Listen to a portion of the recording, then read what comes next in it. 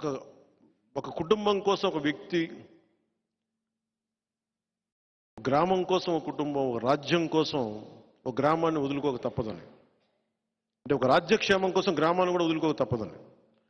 అలాగే ఒకసారి మేము రాజ్యక్షేమం కోసం, ఆంధ్ర రాజ్యక్షేమం కోసం నాతో సహా మేము త్యాగాలు చేయాల్సి వచ్చింది. ఒక పార్లమెంట్ సీట్ కూడా వదులుకోవాల్సి వచ్చింది. స్వయాన మా అన్న,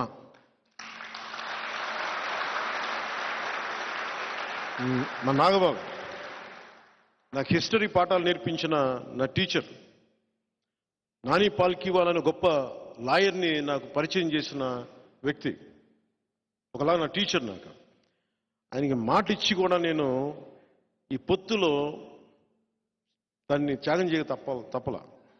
అలాంటిది మా అన్న ఈరోజు పొద్దున లెటర్ పంపించాడు. ఏం పర్లేదు, నేను నీకు అండగా ఉంటాను, నువ్వు చెప్పిన 21 నియోజకవర్గాల్లో, అంటే నువ్వు చెప్పిన 21 నియోజకవర్గాల్లో మన అందరి అభ్యర్థుల కోసం కృషి చేస్తాను. నువ్వు ఎక్కడైతే అలయన్స్ పార్ట్నర్స్ ఉన్నారో ఎక్కడికి వెళ్ళమంటో అక్కడికి వెళ్ళి నేను పనిచేస్తానని మనస్ఫూర్తిగా మా అన్నయ్య నాగబాబు గారికి నన్ను అర్థం చేసుకున్నందుకు ప్రత్యేకంగా నా కృతజ్ఞతలు. అది ఎందుకు చెప్తున్నానంటే, త్యాగాలు చేయకుండా ఎవరూ లేవు. వీటన్నిటి వెనక రాష్ట్రం బాగుండాలని ఒక ప్రయోజనం. కొంతమందికి వచ్చినాయి, కొంతమందికి రాలేదు. రేపు పొద్దున ప్రెస్ మీట్లు పెట్టి నన్ను తిడితే నేనేం బాధపడను, నేను మీ ఆవేదన అర్థం చేసుకోగలను.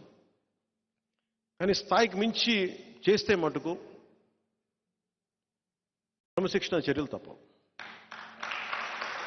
ఎందుకంటే నేను నన్ను వ్యక్తిగతంగా ఏదైనా తిట్టండి, పొత్తు ధర్మాన్ని మటుకు ఆ స్ఫూర్తిని చంపగలను. అలాంటి వ్యక్తులు ఎవరన్నా కూర్చొని ఉన్నా కానీ భవిష్యత్తులో కానీ సమీప భవిష్యత్తులో కానీ ఖచ్చితంగా క్రమశిక్షణ చర్యలు తీసుకుంటాను. దాన్ని దయచేసి అందరూ, ఎందుకంటే మా నాగబాబు గారి గురించి చెప్తున్నాను, ఆయనకి మాట ఇచ్చి కూడా నేను వెనక్కి వెళ్లాల్సి వచ్చింది. అలాగే నేను ఎక్కడి నుంచి పోటీ చేయాలి, ఎమ్మెల్యేనా ఎంపీనా అని